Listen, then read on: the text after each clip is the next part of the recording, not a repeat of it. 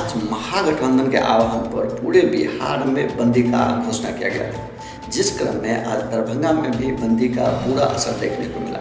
सुबह 8 बजे से ही महागठबंधन के कार्यकर्ता पूरे शहर के चौक चौराहों पर सड़क जाम करके धरने पर बैठ गए थे और लगातार वो लोग सरकार के खिलाफ नारेबाजी कर रहे थे। उन लोगों का मांग था कि सरकार का जो ये नया घोषणा है वोटर लिस्ट को संशोधन करने का, यानी उसको पुनर्स्थापित करने का, ये गलत निर्णय है। सरकार इस निर्णय को वापस ले, इससे गरीब वंचित लोगों को काफ़ी नुकसान होगा।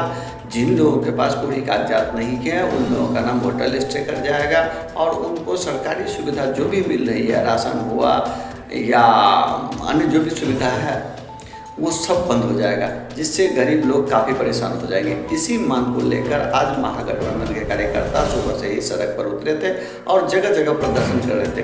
कई सड़कों पर तो आगजनी करके भी सड़क जाम करने का काम किया गया। वहीं रेल रोकने की भी कोशिश की गई। नमो भारत ट्रेन को भी कुछ समय के लिए रोक दिया गया और इस क्रम में पूरा शहर आज अस्त व्यस्त रहा। पूरा शहर में जगह जगह जाम लगा हुआ था और लोगों का आना जाना पूरी तरह बाधित कर दिया गया था। यही धरना प्रदर्शन में राजद के लगभग सभी वरिष्ठ नेता सड़क पर उतर गए थे और सभी लोग हर चौक चौराहे पर जाकर इस बंदी का समर्थन कर रहे थे और इसके संदर्भ में अपने विचार भी रख रहे थे। वहीं कांग्रेस भी आज जगह जगह बंदी का समर्थन किया और सड़क पर उतर गई। वो लोग भी नारेबाजी करते हुए धरना प्रदर्शन किया।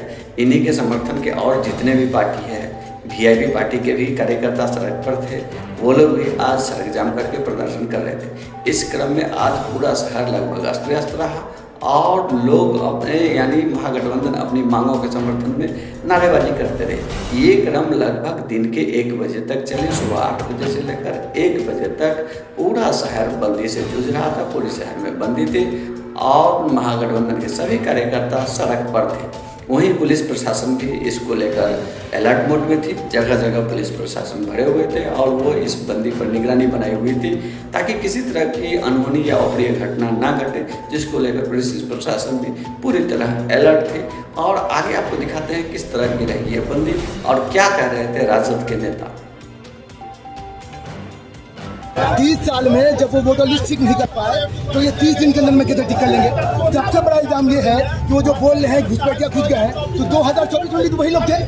आप 2025 में नहीं मान रहे हैं तो सबसे पहले नैतिकता के आधार पे सबसे पहले जहाँ बिहार के अंदर जितने भी एमपीज हैं उनको रिजाइन करवा दीजिए, ठीक है। और मैं ये चाहता हूँ, सबसे बड़ी बात है कि आप जब 30 साल के अंदर में जो वोटर लिस्ट में जब हमको मिलता है, बैंक अकाउंट खुलता है, उसी से आधार कार्ड से खुलता है, हमारा जो बिजली मिलता है वो आधार कार्ड से मिलता है। मतलब जो भी चीज होता है वो आधार कार्ड से मिलता है। वोटर आईडी कार्ड तो छोड़ दीजिए, जो आधार कार्ड हर चीज का, पासपोर्ट बनाना हो तो आधार कार्ड, बनाना तो आधार कार्ड, हर चीज में आधार कार्ड। लेकिन जब आधार कार्ड को ही नहीं मानते हैं तो इससे बड़ी बात शर्म की बात क्या हो सकती है। चुनाव आयोग सीधे तौर पर ये चाहता है कि जो भी बिहार के बिहार में दलित और दबे कुचले उनका वो वोट है उसको ध्वस्त कर दिया जाए और बिहार में जो है चोरी चुपके थे यहाँ पर बीजेपी की सरकार बनाते। हम लोग इसका विरोध करते हैं और करते रहेंगे जब तक के इसको वापस नहीं आता।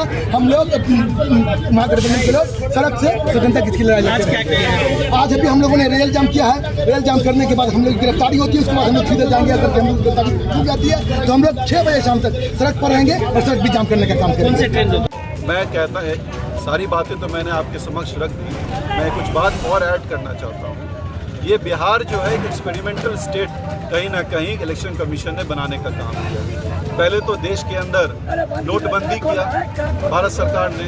अब ये वोटबंदी के तहत गरीब लोगों का वोट को वंचित और साथ साथ नागरिकता से वंचित करने का सरकार की पूरी मंशा है। और ये पहला स्टार्ट बिहार है और इसी तरीके से जहाँ जहाँ वो उसको लग रहा है कि उसकी सरकार नहीं आ रही, बंगाल में वो सेम एक्सपेरिमेंट करना चाहती है, असम में वो सेम एक्सपेरिमेंट करना चाहती है। तो कहीं ना कहीं ये सरकार पूरे देश के अंदर जो तानाशाह है, वो तानाशाही जो फरमान है, तुगलकी फरमान जो कहते हैं, उसको वो लागू करना चाहती है पूरे देश के अंदर। और थ्रू इलेक्शन कमीशन पूरे दबाव में भारत सरकार के काम कर रहा है। मैं निवेदन करूंगा कि निष्पक्ष होकर के, जो आपकी एक इंडिपेंडेंट बॉडी मानी जाती है, निष्पक्ष होकर के आप कंडक्ट कराइए। जो बिहार के जो जनता है, जो अपने वोट की मताधिकार उसके पास है, जो कॉन्स्टिट्यूशनल राइट है, वो उसको अधिकार उसको छीनिए मत। और कहीं ना कहीं उसके वोटिंग राइट को छीनने का ना काम कीजिए।